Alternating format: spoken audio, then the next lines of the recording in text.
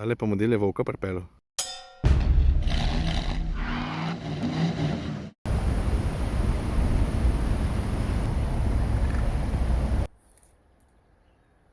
Seveda podočnika začne ta blinkati. Vemo, ker avto je to, ne? Peugeot, no, daj več.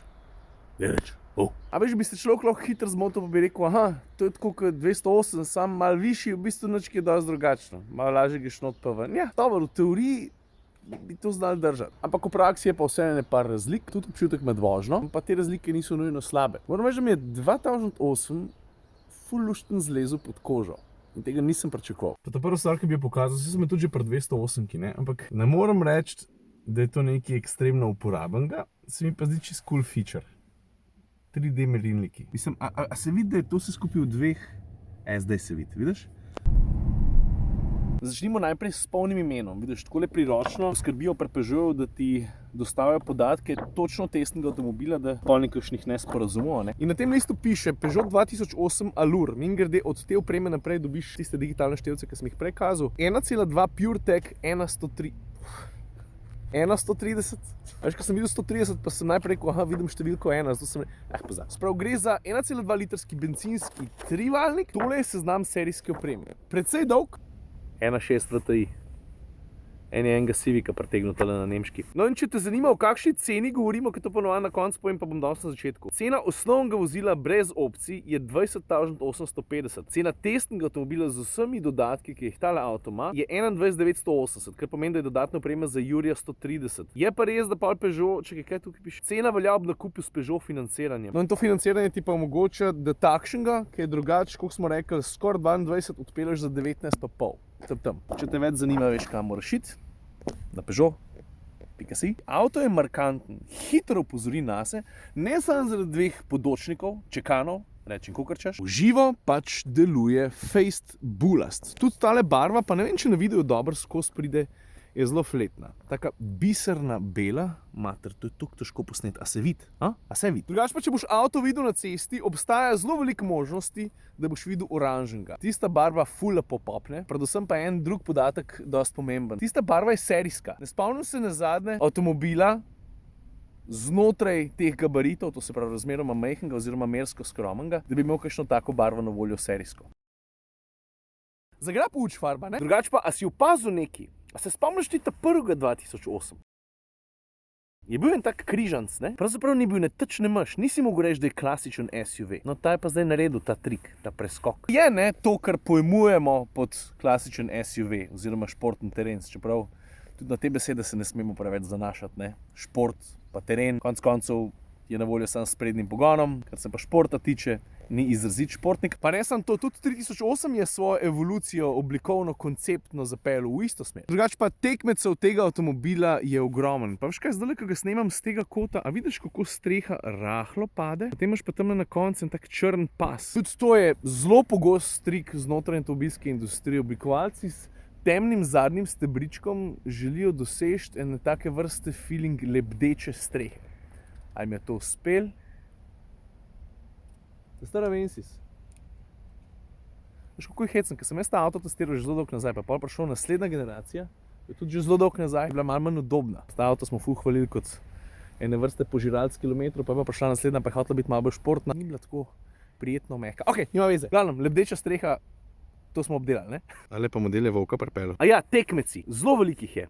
Je pa hecen, ker v tem trenutku je v komotra minuta testni floti tudi Škoda Kamiq, ki je neposreden tekmec Peugeota 2008, ampak jih je hecen primerjati. A veš, zato, ker gre predvsem v oblikovnem smislu za dva čist različna pristopa. 2008 se trudi biti tak, mislim, impozanten, rad bi te navdušil še preden noter stopiš. Nase opozarja z veliko masko, z izrazitimi potezami, spredi, zadi, ma tudi s tisto lebdečo streho. Škoda Kamiq po drugi strani je pa, a veš, uno, Dan, jaz sem tudi tukaj. A me vidiš? Gre za dve različni šoli pristopa. Ampak naj te videz pri Kamiqu ne vara, ne? Tudi tista avto je podoben kot Peugeot 2008 v stiku z najnovejšimi sodobnimi trendi, ki pride do varnostnih asistenčnih sistemov in tako naprej. Pa dobro, to je bil Kamiq. Kdo so še tekmeci? Captur je en tak zelo svež, ki pravzaprav na en način, predvsem, ko prideš v kabino, tudi želi impresionirati z razgibanostjo in tako naprej. pol imamo T-Rocka, pa še kup enih drugih zanimivih avtomobilov. Me pa za 2008 ne skrbi niti mar. Povzel je vse to, kar sta se naučila oziroma uvedla že 3 pa 5008. Jaz moram reči, da sem bil navdušen nad izbranimi materiali, nad kakovostjo sestavljenosti. Tukaj v kabini pač gre za eno posebno specifiko estetike, ki je stvar osebnega okusa. Pravzaprav vse, kar sem ti zdaj pokazal, je vrste kopija Peugeota 208. In to ni slabo, zato ker, kot sem poudaril, feeling v kabini je po eni strani futurističen, po drugi strani se pa Peugeot ni odrekel. Pravzaprav so Francozi zelo trdo delali, da bi naredili res kakovostno notranjost. Mislim, tiste res trde, neugledne plastike ni je veliko. Mal sem pa ke. Generalno gledano, pa ko se stvari dotikaš, pa jih šlataš, tam za. Pa ko že govorimo o tem, vse skupaj se še malo dvigne, če zbereš drugo opremo. Pol nad Allure sta še GT Line, pa GT. Druga vrsta, ne moram reči, da vriskam od vesela, ampak meni se zdi tukaj prostora, kaj pa jaz vem, segmentno povprečje, tako na prvi uč. Je pa res, da o segmentnem povprečju ne bi sploh govorili, če se ne bi Peugeot potrudil, pa naredil daljšega medosja. Tudi zato je v drugi vrsti ima več placa, predvsem ga je več pa tudi v kufru. Kufra je v osnovi za 435 litrov, mislim, da je to par 10 litrov več kot prej, kar je valjda dobrodošlo, predvsem ponuja pa tudi tak lušten trik. A veš, če želiš izkoristiti, kaj ti ponuja dvojno dno, pa bi rad nekaj noter naložil, pa ti gre tale polica malo na jetra, pa ne bi rad ven, da jo narediš. A vidiš tale zatič tukaj na vogalu, lej, ven potegneš polico in narediš, se zatakne, pa imaš mer. Potem, ko bi rad nazaj zaprl, moraš biti sam odločen, pa nazaj spustiš. Dobar, ne? Pa zdaj sem se še eno simpatično foro spomnil, skoraj bi pozabil na njo. Vidiš, tole so vratca predala. Narediš takole in lahko noter odložiš telefon. Druga stvar pa, vratca se spremenijo v tako priročno odlagalno površino. Nice touch. O paleti varnostnih asistenčnih sistemov ne bi preveč besed zgubljal, malih K11, tok mimogrede ima tudi Peugeot 508. Pravzaprav, a sploh v čem zaostaja? Mislim, da sam infrardeče kamere nima, ostalo pa ima. Tako bom rekel, po eni strani moram priznati, da v ničemer ne izstopa, ker je težišče malo višje, moram reči, da se tudi malo več nagiba in tako naprej, ampak ne vem, če v tem trenutku to ni moj najljubši Peugeot. Tako se mi zdi, da se vse lepo poklapa, da je celostno, holistično gledano en zelo lušten paket, ali je cenovno sprejemljiv ali ne, to se mora vsak sam odločiti. Ok, in to je to, kar sem zapovedal o Peugeotu 3008.